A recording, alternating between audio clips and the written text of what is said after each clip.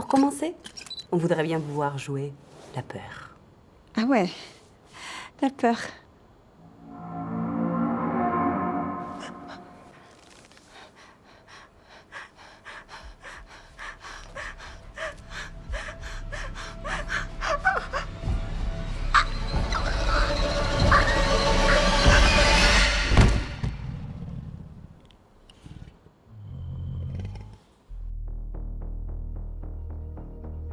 Bonjour à toutes et à tous et bienvenue dans cette nouvelle vidéo qui sera un top dédié aux films présentés dans le cadre du festival Court-Métrange 2025.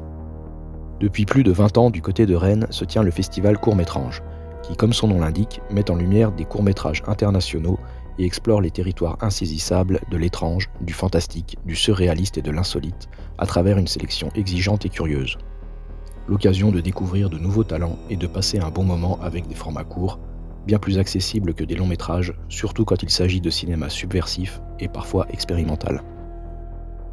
Comme chaque année depuis 2021 maintenant, la plateforme Shadows est partenaire du festival et retransmet pendant 10 jours certains des films en compétition, pas tous, question de droit d'auteur, avec la possibilité de voter pour votre court-métrage favori à chaque séance. Les films à retrouver cette année sur Shadows étaient répartis en 6 thématiques distinctes, avec au total 30 films venus des 4 coins du monde, pour une durée allant de 3 minutes à presque une demi-heure pour les plus longs. Une sélection variée et éclectique, touchant à tous les sous-genres du fantastique, pour le plus grand plaisir des cinéphiles. Voici donc sans plus attendre ma sélection personnelle pour chacune des 6 séances de ce court-métrage festival QV 2025.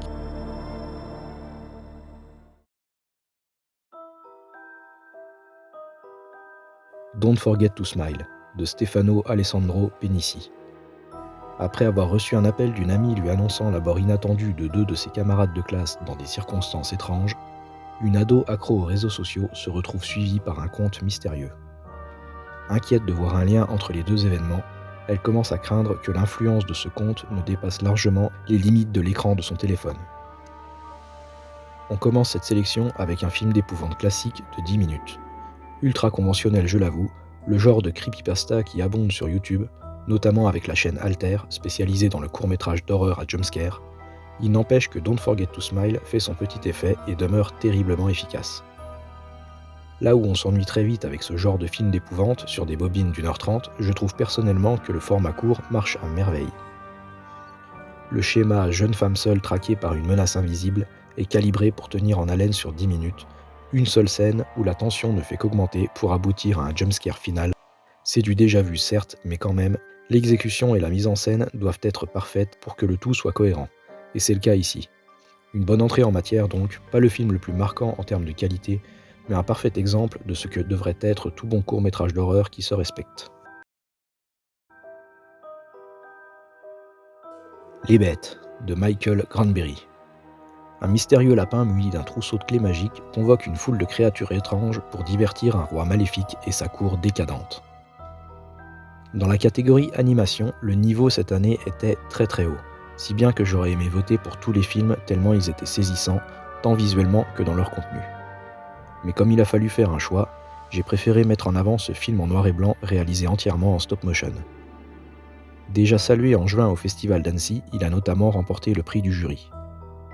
Les Bêtes, c'est un bijou d'inventivité et surtout un travail titanesque comme dans chaque film d'horreur réalisé en stop motion, et ce ne sont pas les chefs-d'œuvre récents Mad God et Stop Motion qui me contrediront. De son aveu, le réalisateur aura mis 4 ans à donner vie à ce projet en utilisant plus de 250 marionnettes retrouvées dans ses fonds de tiroir pour des projets antérieurs n'ayant jamais vu le jour. Le résultat n'en est que plus éblouissant, une véritable danse macabre animée image par image dans laquelle évolue une galerie dantesque de personnages tout droit sortis d'un cauchemar.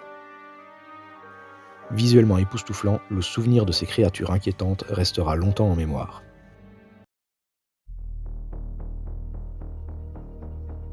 The Backseat Killer, de Anselm Dill. Le soir, à la sortie d'un bar, un homme timide et en manque de confiance en lui décide de poursuivre une jeune femme en voiture. Voilà certainement mon coup de cœur de cette année 2025. Un petit film de 15 minutes sachant maîtriser à merveille les codes de l'angoisse. De l'utilisation des décors à la mise en scène, en passant par l'ambiance lourde et pesante, tout est millimétré avec maestria par ce jeune réalisateur allemand qui commence à acquérir de l'expérience puisqu'il a déjà une vingtaine de réalisations, que ce soit des clips musicaux, des publicités ou d'autres courts-métrages dans des styles très variés. The Backseat Killer est une montée en tension progressive et implacable, mise en avant par un jeu d'acteurs de haute volée. Tout est calculé pour nous tenir en haleine jusqu'au bout du suspense, un ingénieux mélange de thriller et de drame psychologique sur fond de légende urbaine. Le genre d'histoire qui nous happe et dont on se délecte tant ça fait plaisir à regarder, typiquement calibré pour le format court, une belle réussite. Full Moon Glory Hall de Tom Newell. Lorsqu'un pervers misogyne est attiré dans un glory hall dans les toilettes crasseuses d'une station-service, il en obtient bien plus que ce qu'il imaginait. Il aurait peut-être dû se douter que c'était une nuit de pleine lune. Le film gore de cette sélection, simple, direct et tellement cool. Une petite farce de seulement 5 petites minutes, mettant en scène un type éméché draguant lourdement l'employé d'une station-service avant de se rendre aux toilettes. Pas besoin de spoiler, tout est dans le titre.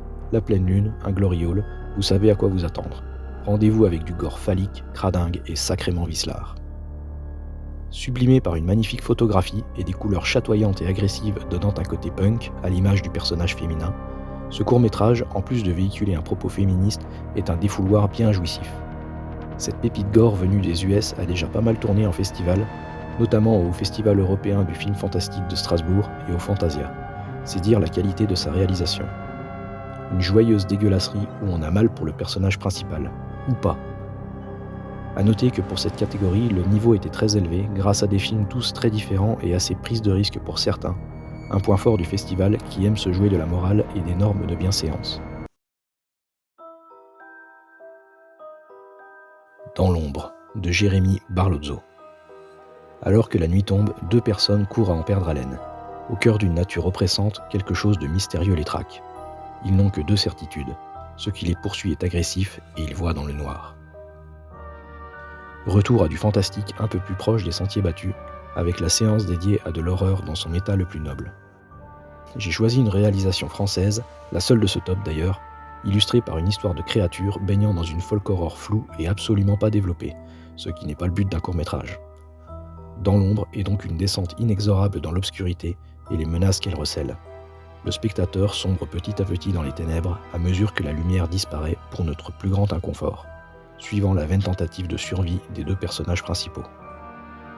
Le but de ce court-métrage, comme avec Don't Forget to Smile présenté plus tôt, est de proposer un divertissement concis basé sur l'adrénaline, en jouant sur notre peur du noir tout en évoquant une mythologie sans l'expliquer pour autant. Peut-être a-t-on ici un prélude à un futur long-métrage d'horreur. En tout cas, l'exécution est plus que réussie et le frisson garanti. Mou de Javier Méndez Cañada. Un gamin de la campagne se lie d'amitié avec un petit veau dans l'élevage de son père. Celui-ci étant malade, il est abattu. Des années plus tard, l'enfant se venge de son père en le traitant comme du bétail. Pour cette 6e et dernière séance, mettant en avant les bizarreries les plus dégueux, je n'ai pas sélectionné le film le plus gore ou le plus graphique, mais certainement le plus malaisant. Le scénario pour le moins original va loin dans son propos, très loin. En raison d'un tournage chaotique presque exclusivement en extérieur, les acteurs lessivés tant physiquement que psychologiquement sont d'une justesse incroyable. On ressent toute l'authenticité dans les images, ce qui accentue le sentiment de malaise tant recherché par le réalisateur.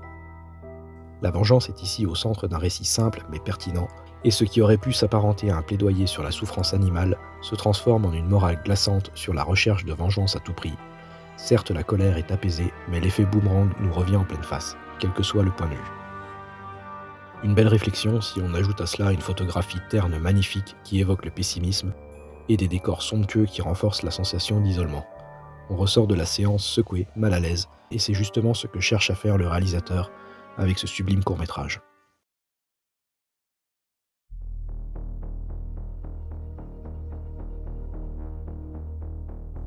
Voilà pour ma sélection de cette 21e édition du Court-Métrage Festival.